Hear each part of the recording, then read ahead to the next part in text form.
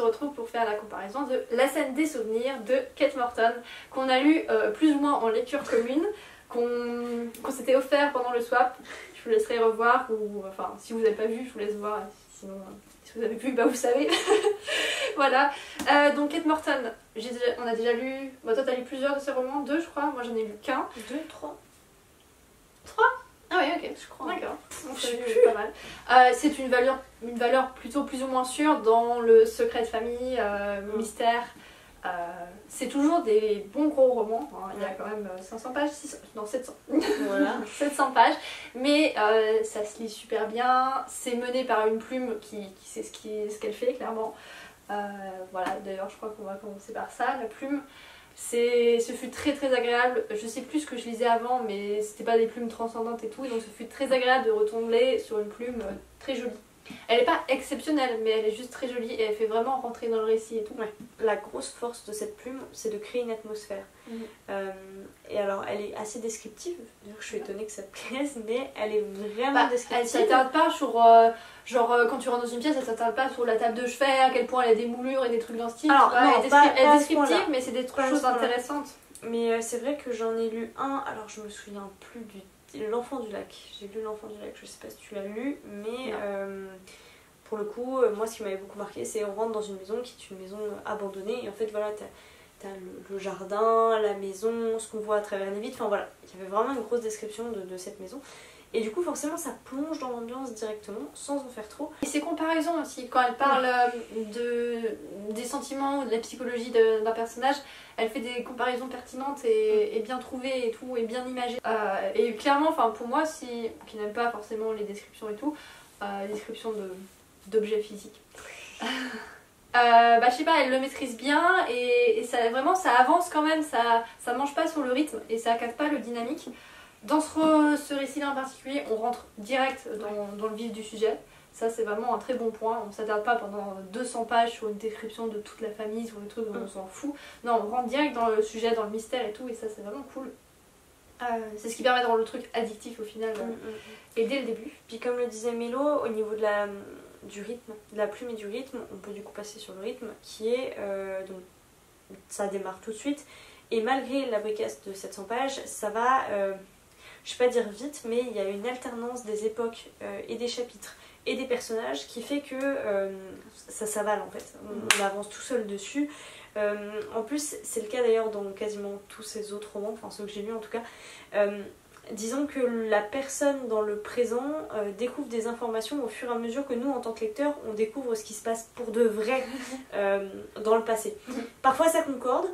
Parfois ça concorde pas vraiment et du coup en fait au fur et à mesure ça rajoute de nouveaux mystères sur les mystères. On a l'impression qu'on est maintenant en avance sur le personnage principal parce qu'on sait des choses que le personnage principal ne sait pas. Mais en fait non. En fait non, parce que lui il découvre d'autres éléments, on se dit mais en fait ça s'est pas passé comme ça. Et ça c'est très très fort je trouve. Oui, clairement, je suis d'accord. Par contre, en parlant du découpage et de l'alternance des personnages et tout, oui, il y a une alternance des personnages, mais par contre, en fait, le roman est découpé en 4 parties, et chacune des parties a un nom de personnage, mais au final, ça fait pas tellement de sens, ces découpages en partie, puisque on alterne quand même au sein de ces parties dans d'autres personnages. Ok, on est plus centré autour de ce personnage-là et tout, mais on va quand même voir d'autres personnages, et donc au final, pour moi, ces parties-là, c'est juste... C'est juste une petite fioriture quoi. Non, moi je les ai trouvés pertinents. Ça dépend pas pertinent. Alors il y en a un qui m'a semblé moins pertinent que les autres, mais par exemple, du coup on va passer sur les personnages. La première partie c'est Laurel. Donc Laurel, le personnage qu'on va suivre à la fois dans le présent, donc ça se passe en 2011, et dans son enfance à elle, donc on va dire à peu près 50 ans avant. Et en fait, la première partie est... je vais pas dire centrée sur le personnage de Laurel, mais on découvre quand même sa relation avec sa mère. Et je dirais que c'est pour ça qu'on appelle cette première partie-là Laurel, c'est parce qu'effectivement on va creuser son adolescence, pourquoi elle est partie de la maison, qu'est-ce qui l'a dirigée, pourquoi elle se sentait si différente de sa mère. Enfin, voilà. Ensuite, on a la partie Dorothy. Alors on découvre aussi du coup le passé de sa mère dans la partie Laurel, mais par contre dans la partie vraiment Dorothy, donc la mère de Laurel, là pour le coup... on va aussi creuser le passé de cette jeune fille et commencer à creuser un peu plus psychologiquement ce personnage et à voir qu'il y a des petits trucs qui collent pas trop. Et enfin la dernière partie, donc la partie sur Viviane. Il y a aussi une partie sur Jimmy je crois. Je l'ai pas vue celle-ci. Et c'est celle-là qui fait le moins de sens. Le moins de sens, ouais. peut-être. C'est vrai que Jimmy, c'est un personnage qu'on n'a pas trop creusé. Ouais. On va quand même expliquer l'histoire en 2-3 mots. Laurel va voir sa mère en maison de retraite. Sa mère qui est très clairement bien avancée vers la fin, quoi. Et découvre une photo sur laquelle on voit 2 jeunes femmes, sa mère et une autre. Il y a écrit derrière la photo que c'est Viviane, et en fait elle comprend que Viviane était la meilleure amie de sa mère à l'époque où a été prise la photo. Sauf qu'elle n'en a jamais entendu parler. Que c'était une photo pendant la guerre. Et donc voilà, elle a envie de savoir d'où ça vient. Voilà, au moment où sa mère va quitter la vie, elle a envie de savoir ce qu'était la vie de sa mère avant l'arrivée de ses enfants, comment était sa mère, et donc elle commence à creuser dans ce sens-là. Surtout qu'elle commence à se rendre compte qu'il y a une incohérence entre le chemin qu'elle a pris sa vie avant et pendant la guerre et le chemin qu'elle a pris juste après. Voilà. Et il y a un gros mystère, puis il y a d'autres personnages qui viennent enrichir ce mystère et reposer des questions. Voilà. Et donc, on vous a parlé de Jimmy très rapidement. Jimmy, c'était le fiancé, enfin le petit ami de sa mère avant et pendant la guerre. Et donc en fait on va rester avec ces 3 personnages. Alors davantage Dorothy, hein, pour une grosse partie du roman, ensuite davantage Dorothy. Et en fait ils sont psychologiquement, je trouve, tellement complexes et vraiment profonds comme personnages. Ils sont pas là pour être aimés et ils sont pas là pour être agréables, en particulier Dorothy. Mais je les ai trouvés très forts, franchement, comme personnages, une fois de plus. Et je dirais que dans ce roman-là en particulier, j'ai pas trouvé de longueur que j'aurais pu voir dans d'autres de ces romans. Bah, celui que j'avais lu, je crois qu'il y avait quelques longueurs. Il y avait quelques longueurs, le Jardin des Secrets, ouais, je crois. Il y avait quelques longueurs. C'est pareil pour L'Enfant du Lac, et j'ai aussi lu Les Brumes de Riverton. Donc c'est vrai qu'il y a des moments où on se dit ah, bof, et en fait là non. Là limite j'ai un goût de trop peu sur certaines découvertes. J'aurais aimé en savoir plus, notamment sur le personnage d'un médecin qu'on voit de loin en loin, vraiment très peu de rapport direct avec lui, mais juste on m'a raconté que, on m'a dit que, j'ai trouvé le journal de, voilà. Et d'ailleurs avec ce médecin on avait une hypothèse qui faisait très sens et tout, et je pense qu'elle existe cette hypothèse, mais à aucun moment elle a été vérifiée. Voilà. Et c'est dommage que justement les personnages principaux n'aient pas cherché à creuser dans ce sens-là. Et aussi un truc intéressant je trouve dans ce roman, on va parler d'une malle à souvenirs en fait. Et dedans il y a 2-3 souvenirs, alors ils ont tous finalement au fur et à mesure du récit on les retrouve, on a une explication pour chacun d'entre eux, mais il y en a un, j'ai pas réussi moi à trouver. Dans ce roman il y a aussi une très belle histoire d'amour, pas là où on l'attendrait, et je l'ai trouvée vraiment douce et puissante en fait dans une période qui est extrêmement troublée, parce que Londres sous les bombardements, voilà, on parlait d'ambiance plutôt, très clairement on est dans l'ambiance et c'est pas une ambiance joyeuse. Moi le petit regret que j'ai, parce qu'en soi c'était quand même une très bonne lecture, très addictive, et j'ai apprécié suivre toute cette histoire, c'est que ça englobe pas tellement toute la famille en fait. C'est pas comme Le Goût du Bonheur où on voit vraiment tout le monde est développé et tout le monde a une part. Là on est face à une grande famille quand même, c'est une famille nombreuse, il y a 4 filles et un garçon dans la fratrie. Et au final ses frères et sœurs ils n'ont pas tellement d'importance. Le garçon est un peu plus développé parce qu'il est un peu particulier, voilà. Mais les autres on s'en fout un peu, ils sont vaguement dessinés, leurs traits sont vaguement dessinés, mais ils prennent pas tellement part et on s'en fout un peu. Les parents de Dorothy prennent une petite part à un moment donné dans une partie, puis après ils sont plus là. Mais voilà, ça a pas incorporé tout le monde, et donc au final pour moi, même s'il y a beaucoup de personnages, j'ai un manque de personnages. Enfin j'ai... C'est parce que t'as vu Les Casalets aussi il y a pas longtemps? Oh, ça fait un moment quand même. Puis c'est différent. Enfin, les Casalets sont pas tous développés de la même manière. Pas tous, mais il y a quand même, chacun a vraiment sa part. Alors que là, c'est vrai qu'on reste sur 3. On reste vraiment sur Laurel, Dorothy. Même si Laurel, elle est pas tellement développée au final de ce qu'a été sa vie, on s'en fout un peu. On s'intéresse un peu à son enfance, un léger traumatisme rapidement. Et après, voilà, c'est juste que à 60 ans, 70 ans et tout, elle fait sa petite enquête, donc là on s'intéresse à elle, mais ce qui est survenu avant, on s'en fout. Et psychologiquement, oui, ça a aucune importance. Non, je dirais même pas ça. Je dirais que le traumatisme qu'elle a vécu dans son enfance, c'est... sans ça, il n'y a pas d'histoire. Donc je dirais plutôt que c'est le déclencheur. Mais effectivement, on va juste... Enfin, on traite rapidement effectivement de son adolescence qui explique ses choix et son décalage avec sa mère. Mais c'est vrai que sinon, il n'y a pas de... C'est pas un personnage qui est creusé. Alors qu'il est central, enfin...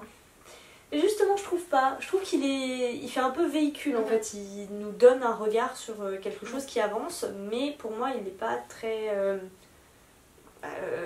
Il prend pas trop corps en fait. Voilà. Elle est en quête de vérité, mais c'est à peu près tout ce qu'on sait sur elle. Et Dorothy qui est elle très approfondie, et au début, enfin très vite, on la sent pas cette Dorothy. Enfin très vite, il y a quelque chose qui m'a agacée avec elle.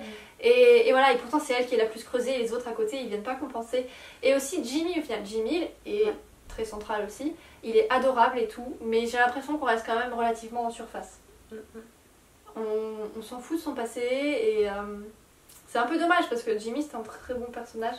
Par contre, mais Vivienne, parce qu'il est secondaire. Vivienne qui au début était pas du tout approfondie, a été approfondie sur la fin. Et ça c'était très bienvenu et très intéressant. Un personnage vraiment des caractéristiques super intéressant. Et ce qui était génial, ce qui est génial dans ce moment, c'est que comme je vous le disais, on a l'impression de découvrir les choses au fur et à mesure, et finalement on se rend compte qu'on a un temps de retard sur l'une ou l'autre des deux époques. Et il y a un retournement de situation à la fin. Disons qu'il explique énormément de choses, mais il est amené d'une façon magistrale. Il est top en fait. J'ai trouvé super bien trouvé, super bien amené, super bien tout. Ça rend un côté encore un peu plus tragique à cette histoire. Et voilà, j'ai vraiment adoré cette fin que j'ai trouvé top. Et oui, et heureusement qu'il est là, ce retournement de situation. Je crois que je vous l'ai expliqué dans mon vlog du Subtil Gourmet Challenge, mais du coup c'était quoi, page 500, 400 bon, toi aussi, hein, on a deviné une des problématiques, et donc on se dit bah il reste 300 pages à lire encore, alors qu'on sait déjà la solution en quelques heures. En fait c'est pas vraiment la solution, il y a d'autres mystères, il y a d'autres questions qui arrivent, ce qui fait que les 300 autres pages se lisent aussi très bien. Et oui, et voilà, et la résolution à la fin vient tout expliquer, et ça vient rendre cohérent parce qu'on se dit qu'il y a un truc qui cloche et que c'est pas possible que ce soit les deux choses là qui aillent ensemble et qui aient créé toute cette famille, tous ses amis, tout son entourage, quoi, c'est pas possible. Après j'ai un regret par rapport à cette fin, alors un regret, pas un énorme regret, mais c'était un peu le même que j'avais exprimé quand je vous avais parlé de ma lecture de l'Enfant du Lac. J'ai trouvé, alors l'Enfant du Lac c'est encore plus marqué que dans celui-là, mais c'est un peu trop happy ending en fait. Et voilà, et tout le monde il est heureux, et on a trouvé la solution, et oh là là là là, voilà. Et dans l'Enfant du Lac c'est vraiment pire, vraiment, c'est trop tiré par les cheveux même. Là c'est ok, mais pour moi c'est encore un peu trop... Ah moi je trouve pas ça si happy ending. Alors ok, chacun s'est finalement bien débrouillé dans sa vie, vu ce qu'ils ont traversé, ils sont quand même bien débrouillés. Mais ça se finit pas comme on voudrait que ça se finisse quand on est au milieu de la lecture. On voudrait que tout s'emboîte, que finalement chacun redécouvre, trouve la vérité, et voilà, et que tout se remette en place correctement. Et ça se remet pas en place correctement. Chacun se remet en place de son côté. Bien sûr, mais ça laisse une saveur vraiment douce, en mode... C'est pas si tragique que ça, quoi. Voilà, il y a un côté tragique qui arrive, et on se dit non, et puis après sur la toute fin, les dernières pages, on se dit ok en fait. Et l'aspect en fait c'est surtout chez moi l'aspect le monde est petit. Le monde est petit, ça moi ça me ok, une coïncidence comme ça, why not, deux coïncidences, et le truc c'est que j'ai l'impression que c'est un peu sa signature de fin, et c'est ça qui m'embête en fait, c'est plus l'aspect répétition de la petite note douce en mode... Ok, bah ça je sais pas vu que j'en ai eu que deux. Voilà. D'après certains lecteurs, il paraît que c'est le meilleur de Kate Morton, donc je ne sais pas trop. De toute façon moi je suis pas sûre de lire tous les Kate Morton, donc je pourrais pas dire si c'est le meilleur. Après il n'y en a pas énormément non plus, il y en a 6. Moi je dirais que pour l'instant, celui que je garderai en haut de classement, c'est Les Brumes de Riverton, que j'ai vraiment beaucoup aimé. Et celui-là effectivement arrive pas loin derrière, je l'ai trouvé vraiment bien en fait, justement parce qu'il n'y a pas eu de longueur, que le rythme est tenu jusqu'au bout, qu'il y a ces retournements de situation, que pour le coup le côté psychologique a vraiment non seulement son importance pour avoir des personnages profonds et qui ont une épaisseur, mais parce qu'en fait c'est presque le nœud de cette histoire en fait, la psychologie des personnages. Donc vraiment il est très bon, je le recommande sans souci. Si vous savez pas par lequel commencer, vous pouvez toujours aller vers celui-ci. C'est vrai qu'il y a peut-être moins l'aspect famille, mais il y a toujours l'aspect secret, et c'est finalement ce qu'on cherchait pour cette lecture estivale. Clairement, donc ce fut totalement rempli. Que dire de plus, il n'y a pas grand chose à dire de plus, ça se lit très bien, un très bon moment. Les 700 pages ne se voient pas passer, enfin On a l'impression que c'est à 500 pages, 450 Ouais. quoi. La période historique est sympa aussi, puisque finalement Londres pendant le Blitz, le côté, le blackout, donc tout le monde mettait des opercules sur les fenêtres, plus de lumière, plus de lampadaires, tout ça, voilà. Il y a quelque chose de très intéressant dans cette période, je trouve, sur Londres.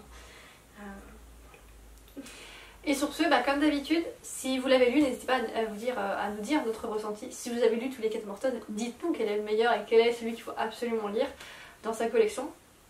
Et si on vous a donné envie, on espère qu'on vous a donné envie de le lire, dites-le nous. On vous attend en commentaire. Et en attendant une prochaine vidéo, on vous souhaite de très bonnes lectures.